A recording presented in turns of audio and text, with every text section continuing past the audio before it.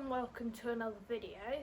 In today's video, it's part 2 of the Bolens HT snowplow snowblade project. In part 1, we cut all of the metal that we needed for the main frame. And today we're hoping to do all of the drilling, another milling job, and if time allows it, we'll start on the welding.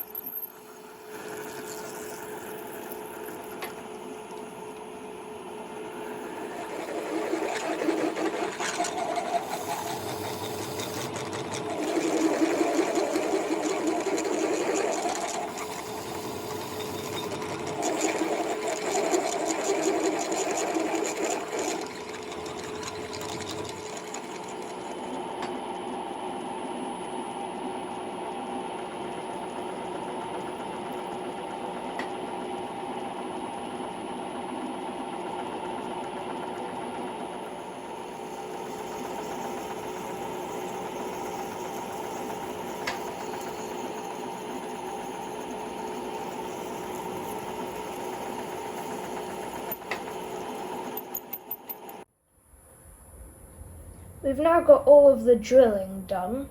As you will have seen, we used the mill for it and it did a really good job. Here you can see I've got an attachment pin off the HT20. It fits nicely in these holes, not too snug but not too loose. But now we've got some proper milling to do. We've got the challenge of cutting the D. As you can see here now, we've got our monster rotary table on the mill, which is 12 inch. And as you can see here, we've made up this adapter. We made this out of this 7/8 rod. Then this end we turned down in the lathe to fit in the rotary table like that. Then the other end we turned down to the right size so the hole in the plate will just slot straight over it to keep it in place. Now to get ready to cut the D. As you can see, we had to get a bit creative holding the plates to the rotary table. But now we're going to cut the curved section of the D.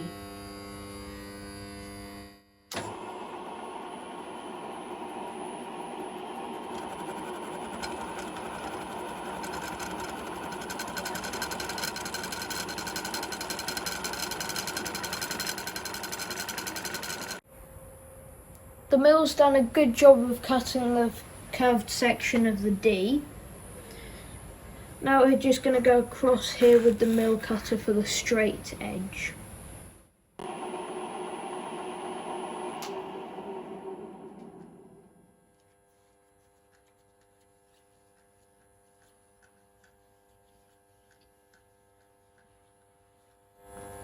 Pretty happy with that.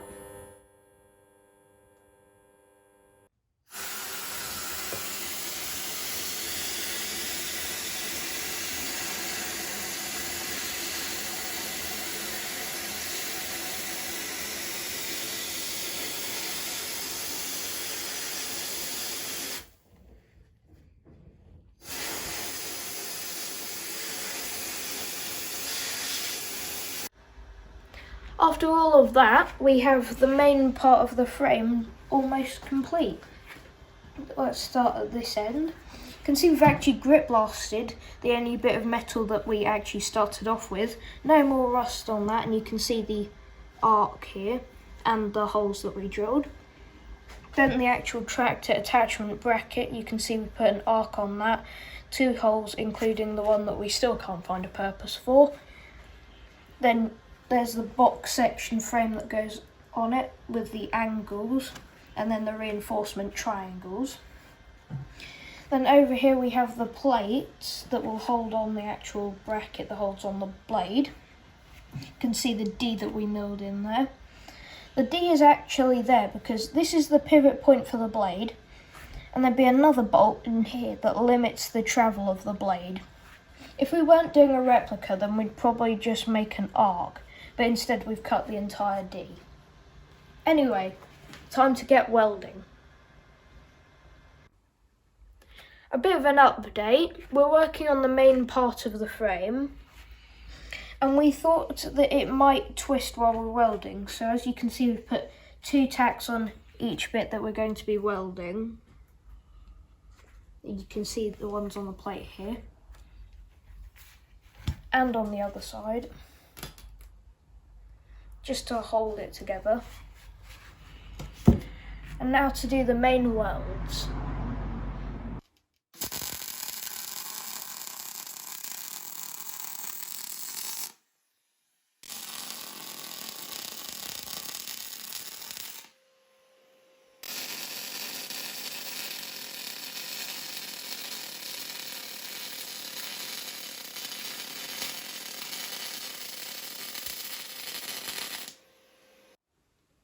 We've got the welds done on the main part of the frame. You can see we've done along here on the corners, and then along this side and this side.